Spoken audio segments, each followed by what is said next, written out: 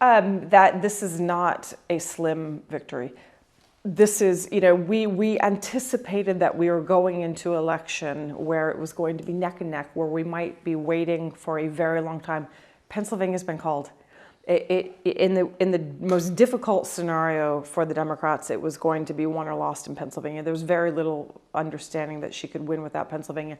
A narrow victory might have led us to think, there's something in there that's not right. There's something in there to question about whether people really want Donald Trump. But that is not what we've seen. We have seen a very clear message from a very large number of Americans that they prefer Donald Trump to Kamala Harris, and we have to reckon with that fact. This is, we anticipated that we were going into election where it was going to be neck and neck, where we might be waiting for a very long time.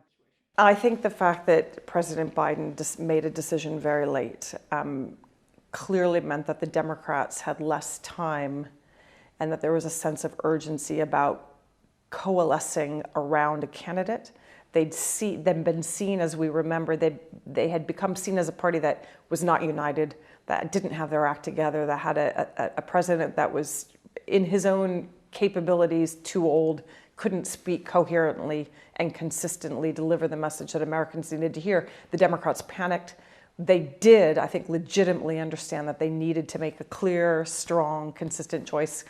But undoubtedly, if there had been time and scope to run a primary, to run some sort of contest, they would have been able to see the data of how people responded, at least within the party, to Kamala Harris and other candidates. That would have been one measure, one preliminary measure of where the race might go. But very difficult in a situation like we had, where the time frame for an American election was just so phenomenally short. And to their credit, they came together. But yes, in an ideal world, you have an open primary. You run a candidate so that you see how they can do. And that just simply didn't happen in this election. I think, there's something in there that's not right. There's something in there.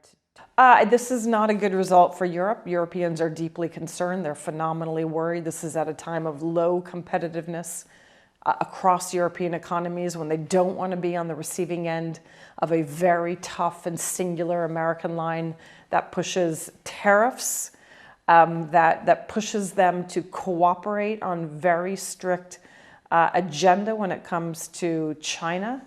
But as we know, far beyond the very important question of trade, tariffs, technology, tough economic policies, some of which we've already seen. But far beyond that, the existential concern for Europeans has been what happens to Ukraine, what happens to Europe's security, what happens to America's commitment to NATO. And Ukraine is not only about Ukraine. Ukraine is symbolic of whether or not America will come to the support in a meaningful and significant way when that fundamental norm of sovereignty, using force to violate the territory of an independent nation, will America be there for Europe when that happens? And the answer, from Donald Trump, from what we've heard so far, and he's unpredictable, but the answer has been no.